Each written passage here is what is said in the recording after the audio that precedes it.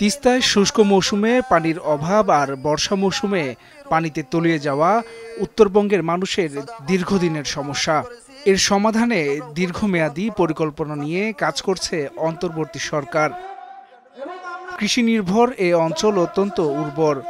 কৃষিপণ্য উৎপাদনে গুরুত্বপূর্ণ ভূমিকা রাখে এই অঞ্চল। বুধবার দুপুরে জেলার জলঢাকা উপজেলার জলঢাকা পাইলট উচ্চ বিদ্যালয়ে শীতবস্ত্র বিতরণ অনুষ্ঠানে এসব কথা বলেন অন্তর্বর্তী সরকারের স্থানীয় সরকার উপদেষ্টা আসিফ মাহমুদ। বলেন, অন্তর্বর্তী সরকারের অন্যতম এজেন্ডা হচ্ছে সংস্কার। আপনারা জানেন, এই অন্তর্বর্তীকালীন সরকারের একটা অন্যতম এজেন্ডা হচ্ছে সংস্কার।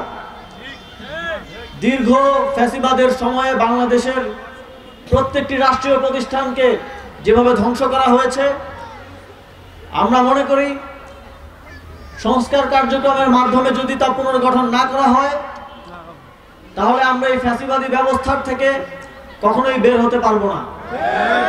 বিগত ফ্যাসিস্ট সরকারের সময় উত্তরবঙ্গের প্রতি যে বৈষম্য হয়েছে, অন্তর্বর্তী সরকার সেই বৈষম্য ঘোচাতে কাজ করছে।